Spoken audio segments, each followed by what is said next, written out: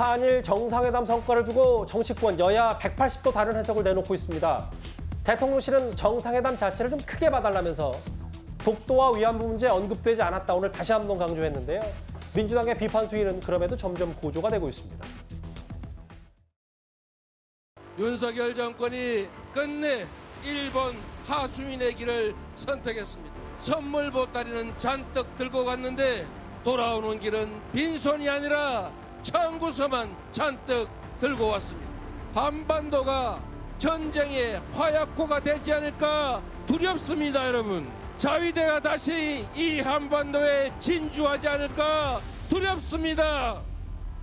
이런 헌법 위반 행위와 권한을 넘은 이런 행위들은 반드시 책임을 물어야 된다고 생각하고요. 헌법 위반은 사실 탄핵 사유입니다. 실제로 민주당 내에서 탄핵 사유가 된다라는 얘기들이 나오고 있고 국민들도 이미 탄핵 사유에 해당된다 이렇게 거리에서 외치고 있는데 저도 이제 법률가 출신 입장으로서 탄핵 사유에 충분히 해당될 수 있다라고 평가합니다.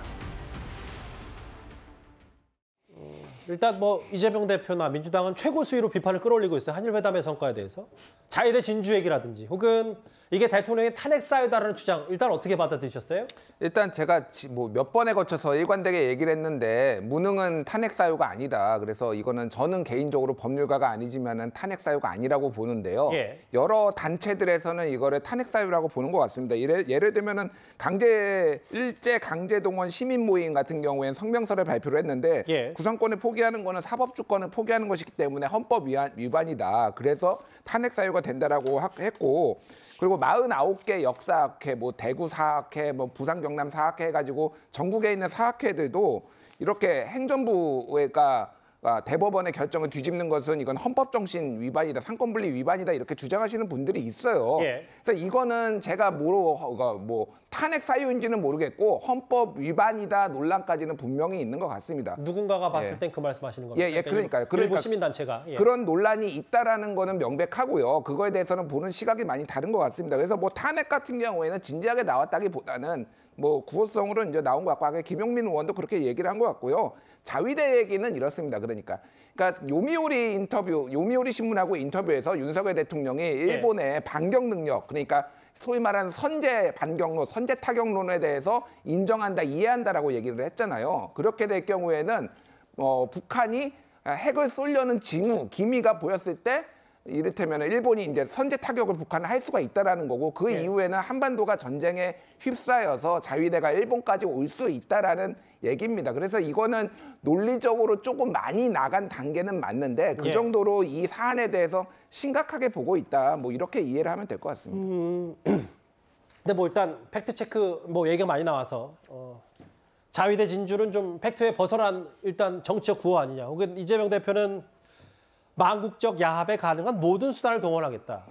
자위대 진주와 탄핵에 대한 민주당 비판을 일단 어떻게 들으셨습니까? 참 하도 민주당에서는 탄핵을 자주 이야기해서 이제는 익숙합니다. 이야기만 나오면 무조건 탄핵 이야기를 하는데 글쎄요, 과연 이게 어떻게 도움이 될지는 모르겠습니다. 더군다나 지금 우리가 좀 전에 이야기했던 북한의 미사일 발사와 함께 800m 상공에서 핵을 터뜨리는 실험을 했다는 거 나왔지 않습니까? 자, 이 문제에 대해서 민주당과 이재명 대표가 한마디라도 비판한 적이 있나요? 지금 이 시간까지? 제가 듣지는 못했습니다. 자, 그렇다면 우리 국민들에게 현존하는 위협은 뭔가요? 바로 북한의 지금 저 위협 자체가 심각한 위협인데 왜 민주당과 이재명 대표는 이 문제에 대해서는 아무런 이야기하지 않죠? 자, 일본이 자위대가 우리나라 오고 있다라는 이야기를 하면서 왜 북한이 800m 상공에서 핵을 터뜨리는 실험을 했다는 데 대해서 아무런 분노하지 않습니까? 우리 국민들의 직접적인 피해는 뭔가요? 바로 그 점이 저는 지적하고 있는 거죠. 왜냐? 물론 야당 입장에서 이 협상에 대해 비판할 수 있습니다. 그러나 우리 국민들 입장에서, 우리 안보 입장에서 보면 가장 우리 국민들이 지금 위험한 현존하는 위협은 어딘가요? 바로 북한이거든요. 그 북한에 대해서는 한없이 자유롭고 한없이 말을 하지 않으면서 일본에 대해서는 뭔가 계속적으로 자위대가 쳐들어온다? 아니, 세상 천지에 지금 자위대가 어디 지금 우리나라를 들어오겠습니까? 예. 그거는 법적으로도 불가능한 일을 자꾸 저렇게 부풀려서 이야기하는 것 자체, 저는 정말 민주당과 이재명 대표가 우리의 주적이 누군지를 다시 한번 명확히 해야 될 것 같습니다. 이 성과를 두고 야당에서 비판 수위를 최고조로 끌어올리니까 여당과 대통령실도 가만히 있지는 않았습니다. 일본의 하수인이라느니 전쟁의 화약고라느니 하는 등 말도 안 되는 헛소리를 내지르고 있습니다. 닥치고 반일파리가 민주당의 마르지 않는 지지 화수분이라도 되는 모양입니다. 호텔의 모든 직원이 그 일렬로 도열해서 대통령 일행이 떠난 후까지 계속 박수를 쳤습니다. 공항 직원들도 박수를 보내주고 있었습니다. 이 정도면은 그 일본인의 마음을 여는데 어느 정도 성공했지 않나. 야당 측에서 조금 더 지성적인 연구와 분석을 통해서 그리고 국민의 이익과 미래 세대를 위한 고민을 통해서 정부 정책, 외교 정책을 비판하신다면은 여야 간에 좀 더 생산적인 논의가 이루어지지 않을까. 이도훈 대변인이 여러 일화들도 좀 소개했고 이걸 좀 크게 봐야지 말단 지역적인 거를 왜 야당이 자꾸 캐묻냐 뭐 이런 취지를 얘기 좀 했어요. 네. 그러니까 뭐 대통령실은 이제 대통령의 결단에 의해서 이제 한일 관계 개선에 물꼬를 텄다 이렇게 이제 보고 계신 것 같은데 이제 야당의 비판을 좀 수용할 대목도 있습니다.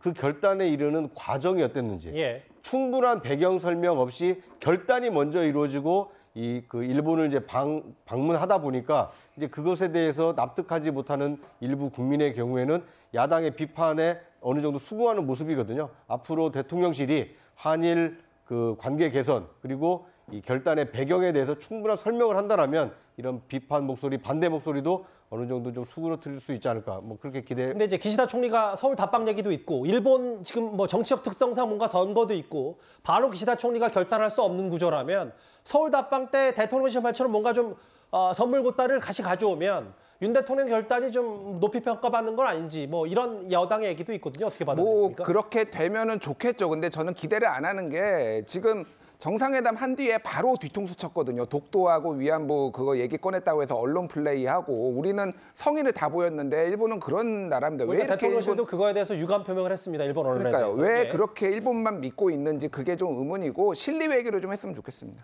실리 외교다. 알겠습니다. 자위대와 탄핵 얘기까지 한일 정상회담 두고 여러 가지 말들이 좀 많은데요. 제가 말미에 한번 하나하나 짚어봤습니다.